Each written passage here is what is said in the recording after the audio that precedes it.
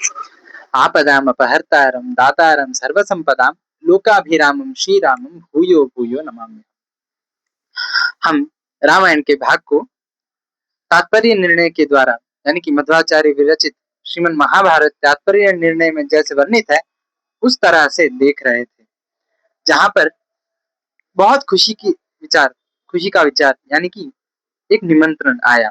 वो था, तदा विदेहेन सुता स्वयंवरो विघोषितो दिक्षु विदिक्षु सर्वशः निधार्य तद्गाधि सुतानुयायी ययो विदेहान अनुजानुयातः। मिथिला नगर के राजा सीरध्वज यानी कि जनक महाराज, उन्होंने क्या किया, तदा विदेहेन सुता स्वयंवरो विघोषितो दिक्षु विदिक्षु सर्वशः, हर एक जगह में अपनी बेटी के स्वयंवर को घोषण किया। और उसके बाद क्या हुआ, हर एक दिक में यानी कि जो भी महाराज है, हर एक महाराज आए मेरे इस बेटी के स्वयंवर में, जो योग्य है उसे मैं अपनी बेटी को प्रदान करूंगा कहते हुए निमंत्रण को हर जगह भेजा। जो निमंत्रण विश्वामित्र ऋषि जी के पास भी आया, उन्होंने क्या किया, राम और लक्ष्मण को अपने साथ ले जाते हुए, हाँ चलो हम भी इस स्वयंवर में भाग लेंगे कह के उन्होंने राम और लक्ष्मण को भी लेकर वह चले। जहां पर रास्ते में कुछ अजीब सा हुआ। क्या हुआ, राम ने एक बड़े से पत्थर को देखा। अचानक से राम ने पूछा, ये क्या है। तब इस विषय को वर्णन कर रहे, ये भी बहुत संशयात्मक विषय है जिसे मध्वाचार्य जी ने यहाँ पर निर्णय देते हुए परिहार किया है। अथो आल्याम पतिना अभिषिप्ताम प्रदर्शनादिंद्र कृताच्छिलीकृताम स्वदर्शनात् मानुषतामुपेताम सुयोजयामास स गौतमेन। यहाँ पर क्या हुआ था, ये पत्थर जो था वह सामान्य पत्थर नहीं था, वह अहल्या देवी थी जो गौतम ऋषि की पत्नी थी। क्या हुआ था, ये क्यों पत्थर बनी। पहले एक बार जब अहल्या कन्या थी, बहुत सुंदर थी, अभी भी सुंदर ही है, पर क्या हुआ, हर एक देवताओं का मन था कि हम एक बार अहल्या के साथ अपना एक रात गुजारे। पर ये विषय जानते हुए कण्व ऋषि यानी कि जो अहल्या के पिता समान थे, उन्होंने जल्द ही गौतम ऋषि के साथ इनका शादी करवा दिया। शादी होते ही क्या हुआ, गौतम ऋषि के साथ इन्होंने भी, अहल्या देवी ने भी अपने पातिव्रत्य से बहुत साधन किया। एक बार क्या हुआ, इंद्र को बहुत मन हुआ, एक बार अहल्या के साथ मुझे सोना है कहकर इंद्र का मन हुआ। उसने क्या किया, जब गौतम ऋषि अपने नित्यानुष्ठान के लिए गए, तब इंद्र ने गौतम के वेश में आकर अहल्या का बलात्कार किया। अहल्या को तब पता नहीं चला, उसने अपने पति को नहीं पहचाना। ये गलती अहल्या से हुआ। फिर इंद्र चला गया। गौतम ऋषि जब आए, उनको पता चला ये सब हुआ। इस विषय को जानते हुए वो बहुत क्रोधित होकर अहल्या को शाप दिया, तुम एक पत्थर बन जाओ। और इंद्र को शाप दिया, हे इंद्र, तुम जिस योनि के आशा से यहाँ आए, वह योनि तुम्हारे शरीर में हर जगह बने, यानी कि योनि चिन्ह से तुम पूरे, मतलब तुम्हारा शरीर पूरा भर जाए कहकर शाप दे दिया। इसीलिए ही इंद्र को एक और नाम है सहस्राक्ष, यानी कि अपने शरीर में पूरे योनि चिन्ह से भरा है इंद्र, इसलिए उसे कहा गया सहस्राक्ष। तो क्या हुआ, अहल्या को भी शाप मिला, इंद्र को भी शाप मिला। पर राम ने क्या किया, स्वदर्शनात् मानुषताम उपेताम, अपने दर्शन से यानी कि अपने वीक्षण से राम ने इस पत्थर को देखा और इसका उद्धार किया। एक कन्या बन गई, वापस अहल्या देवी बन गई। और इनको गौतम ऋषि के साथ खुशी से भेजा।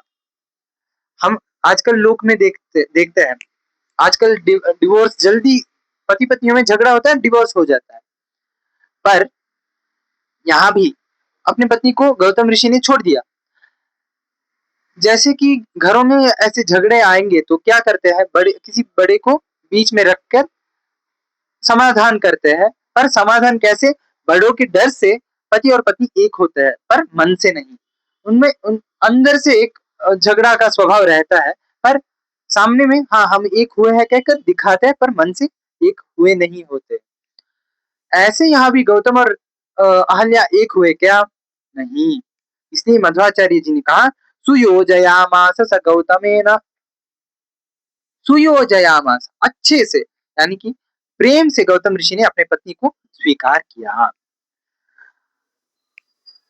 राम ने क्या किया? अलम स्वभक्तेरधिकं प्रकाशयन् अनुग्रहं च त्रिदशेष्वतुल्यम् अनन्य भक्तां च सुरेश कांक्षया विधाय नारीं प्रययौ तयार्चितः। बलम स्वभक्तेरधिकं प्रकाशयन्, एक विषय मैंने छोड़ दिया जो था, वाल्मीकि रामायण में कहते हैं पाद पंकज संस्पर्शात, यानी कि राम ने अपने पाद के स्पर्श से, पैर के स्पर्श से अहल्या का उद्धार किया। मध्वाचार्य जी कह रहे हैं स्वदर्शनात् मानुषताम उपेताम, अपने दर्शन से यानी कि अपने वीक्षण से अहल्या का उद्धार किया। ये दोनों विरुद्ध है क्या? मध्वाचार्य जी ने रामायण नहीं पढ़ा? मध्वाचार्य जी ने रामायण पढ़ा था। मध्वाचार्य जी ने यहाँ क्या कहा है? स्वदर्शनात्, यानी कि अपने वीक्षण से उद्धार किया। ये कैसे हो सकता है? रामायण में तो पाद पंकज संस्पर्शात, स्पर्श करने से अहल्या उद्धार हुई कहा गया है। विरोध हुआ ना? तो विरोध नहीं है, क्योंकि नारायण का सामर्थ्य क्या है? जैसे कि हम लोग अपने हाथों से हम स्पर्श कर सकते हैं, अपने आंखों से देख सकते हैं, अपने मुंह से खा सकता है। नारायण में ये सब चीज जरूरी नहीं है।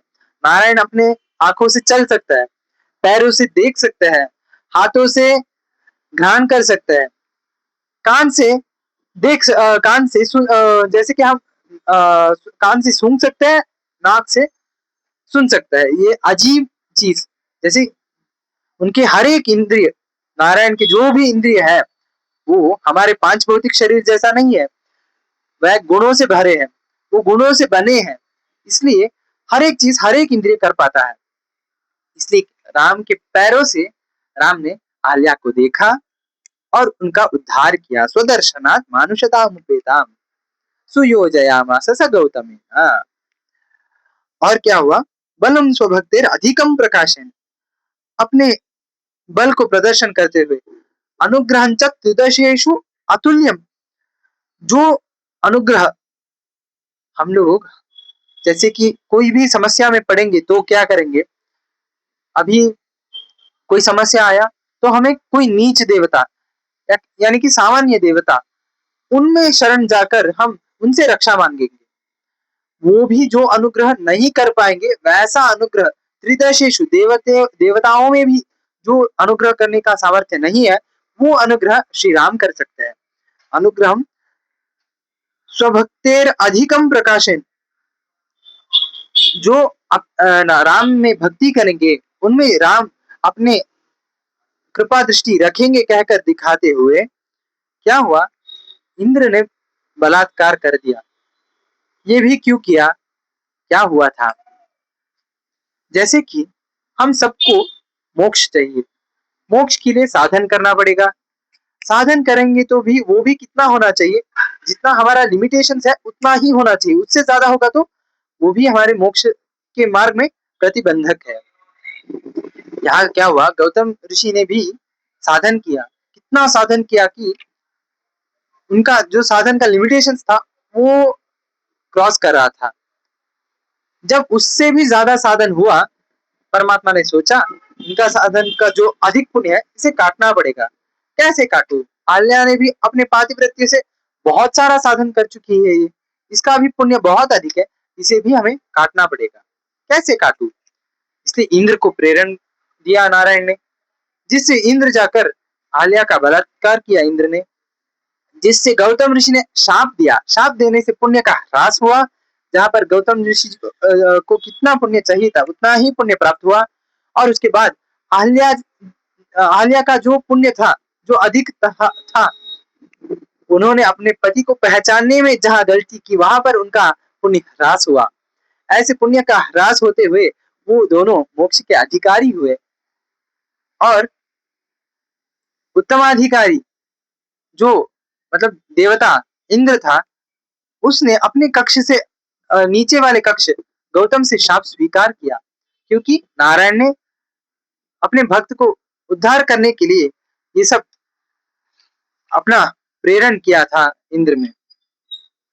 और इसके बाद क्या हुआ, अहल्या का उद्धार हुआ। अहल्या का उद्धार होते ही राम ने क्या किया, राम ने विदेह नगर यानी कि मिथिला के अंदर प्रवेश किया, जहां पर मध्वाचार्य जी इतनी देर तक उन्होंने राम राम का नाम ही लिया था, पर यहाँ पर राम कैसे दिखते थे इसका वर्णन करते हैं।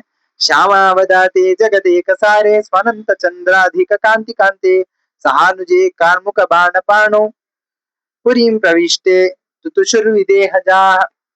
इस श्लोक का अर्थ हम अगले भाग में देखेंगे कहते हुए, ऐसे इस भाग का अगले भाग को सुनने के लिए मेरे इस चैनल को सब्सक्राइब कीजिए और अपना बहुत सारा प्यार जरूर दीजिए कहते हुए अपना उपन्यास यहाँ समाप्त करता हूँ। श्री कृष्णार्पणमस्तु।